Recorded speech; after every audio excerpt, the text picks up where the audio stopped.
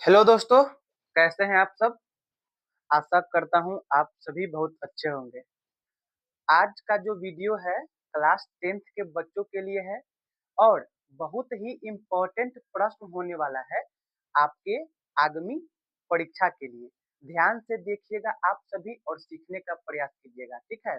ये जो प्रश्न है हर बार इस तरह का प्रश्न पूछा जाता है, अंक बदला हुआ रह सकता है, लेकिन अगर आप पैटर्न को सीख लेते हैं तो कोई भी प्रश्न आपके लिए मुश्किल नहीं होगा, ठीक है?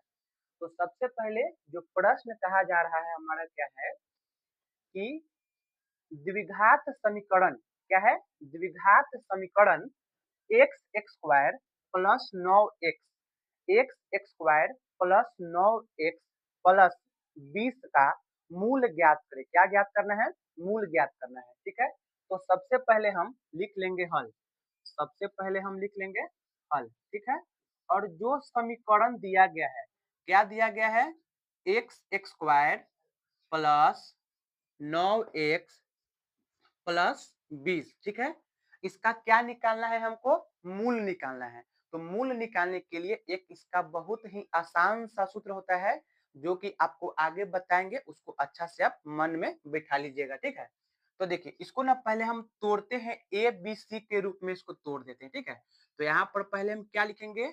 ए, फिर उसके बाद लिखेंगे बी, उसके बाद लिखेंगे सी। देखो बाबू, इसमें जो ए होता है ना, ए जो होता है वह एक्स एक्स स्क्वायर का गुणांक होता है, एक्स एक्स स्क्वायर का गुणांक होता है। लेकिन एक्स के आगे तो कोई अंक दिया नहीं है, मतलब वो अकेला है। तो ए का मान कितना हो जाएगा? एक हो जाएगा। ए का मान कितना हो जाएगा?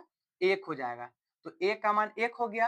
अब उसके बाद बी जो होता है वो एक्स का गुणांक होता है। ए क्या होता है? एक्स एक्स स्क्वायर का गुणांक, और बी क्या होता है? एक्स का गुणांक। तो बी के जगह पे कितना हो जाएगा हमारा? यहाँ पे 9 हो जाएगा। और सी जो होता है प्यारे बच्चों, वो अचर पद होता है। सी क्या होता है हमारा? अचर पद होता है। तो सी का मान यहाँ पे कितना हो जाएगा? 20, ठीक है? अब इसके बाद एक छोटा सा सूत्र आपको लगाना पड़ेगा डी का, ठीक है?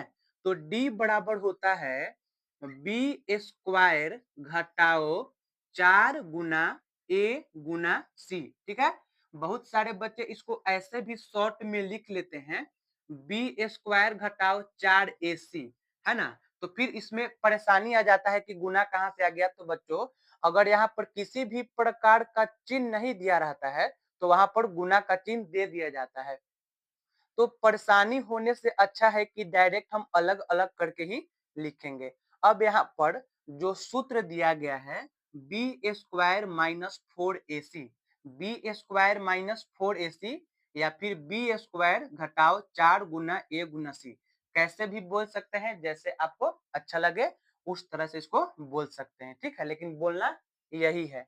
अब इसको हम सेट करते हैं जो जैसा बोल रहा है। सबसे पहले क्या है यहाँ पर? b का स्क्वायर। तो b का जो मान है वो कितना दिया गया है? 9 दिया गया है। b का मान क्या दिया गया है? 9 दिया गया है। तो b का मान यहाँ पर 9 लिख लेंगे और इसका यहाँ पे क्या कर देना है? स्क्वायर कर देना है। घटाव है तो घटाव का चिन्ह दे देंगे, कोई दिक्कत यहाँ तक तो नहीं होना चाहिए। अब उसके बाद ये जो है ना बदलेगा नहीं, है ना? सब में वही फॉर्मेट रहेगा, बी स्क्वायर घटाओ 4 गुना ए गुना सी। तो 4 है, 4 के जगह पर ही लिख देंगे। तो यहाँ पर हम 4 लिख दिए, गुना का चिन्ह है तो गुना का चिन्ह दे देंगे यहाँ से। अब है ए, तो ए का जो मान है वो कितना हमें रखना है? 1 रखना है। तो 1 रख लिए, फिर उसके बाद गुना का चिन्ह है तो गुना हम दे दिए। अब यहाँ बचता है सी, तो सी का जो मान है अचर पद था हमारा कितना? 20। तो यहाँ पे हम लिख लेंगे 20। चलिए अब क्या करना है हमें? यहाँ पे 9 का स्क्वायर निकालना है। तो 9 का स्क्वायर निकालने के लिए 9 को 9 से गुना कर देंगे। तो 9 9 कितना हो जाएगा? 81। तो यहाँ पर लिख देंगे 81 घटाओ 4 एकम 4 और फिर 20 से गुना करना है। तो 4 एकम 4 में 20 से गुना करेंगे तो 20 चौका कितना आ जाएगा? 80। अब हो गया 81 घटाओ 80, घटाएंगे तो कितना आएगा? 1 आ जाएगा। अब हमें मूल निकालना है, ठीक है? तो मूल के लिए एक सूत्र होता है, मूल यानी कि हमें x का मान निकालना है। तो इसके लिए एक सूत्र लगा देंगे, minus B plus minus root D बटा 2a, ठीक है। यहाँ पे निकाल देना है, इस सूत्र के माध्यम से हमारा मूल निकल जाएगा। यहाँ पर डी, यहाँ पर अगर ऊपर नहीं निकाले रहते तो यहाँ पे डी के जगह पे हमें under root B square minus 4 गुने ए गुने सी निकालना पड़ता, जो कि बहुत ही ज्यादा उलझन भरा हो सकता था आपके लिए। तो इसके लिए सबसे पहले हम डी को अलग निकाल लिए हैं।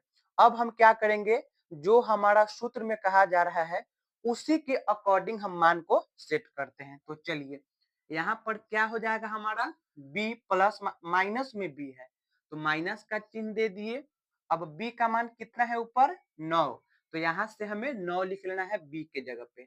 अब देखिए क्या है, प्लस माइनस यानी कि जोड़ और घटाव दोनों है, तो जोड़ और घटाव दोनों लिख देंगे।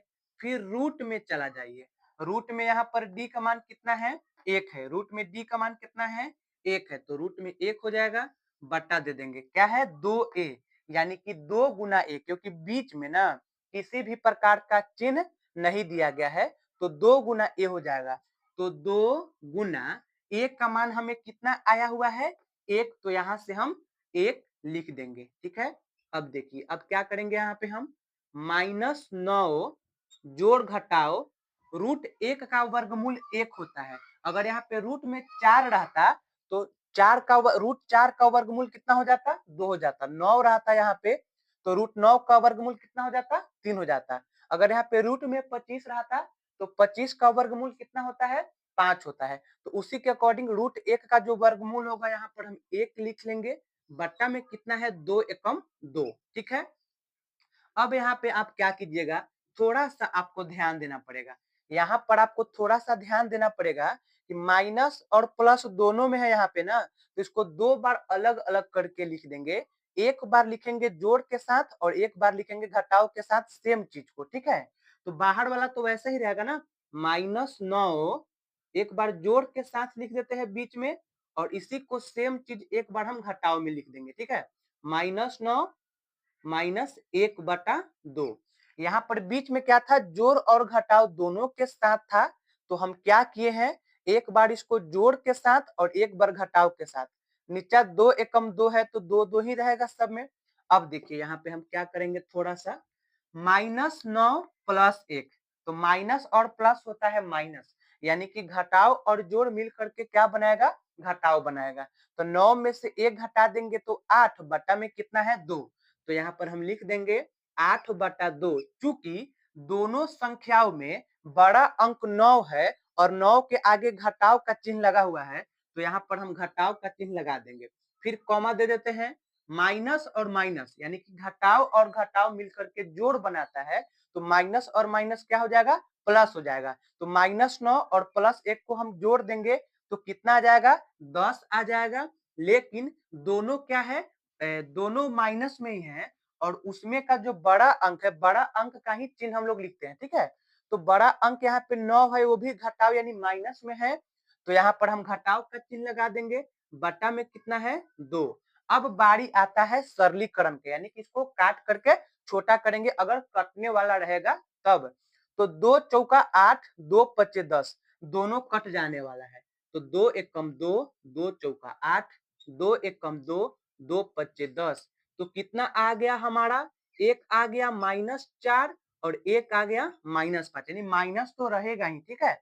नीचे माइनस रहता तो माइनस से माइनस कट कर देते तो माइनस खत्म हो जाता, लेकिन ऊपर में माइनस सिंगल है तो माइनस हमारा रह जाएगा। यही हमारा क्या आ गया, मूल आ गया।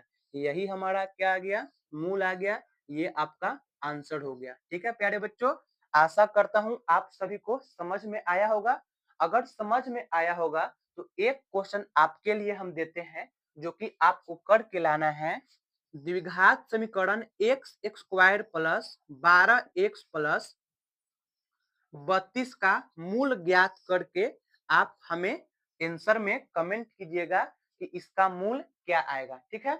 इस प्रकार का प्रश्न जो है आपके एग्जाम में आता है हर वर्ष, तो आपको पहले से सीख करके जाना पड़ेगा, ठीक है।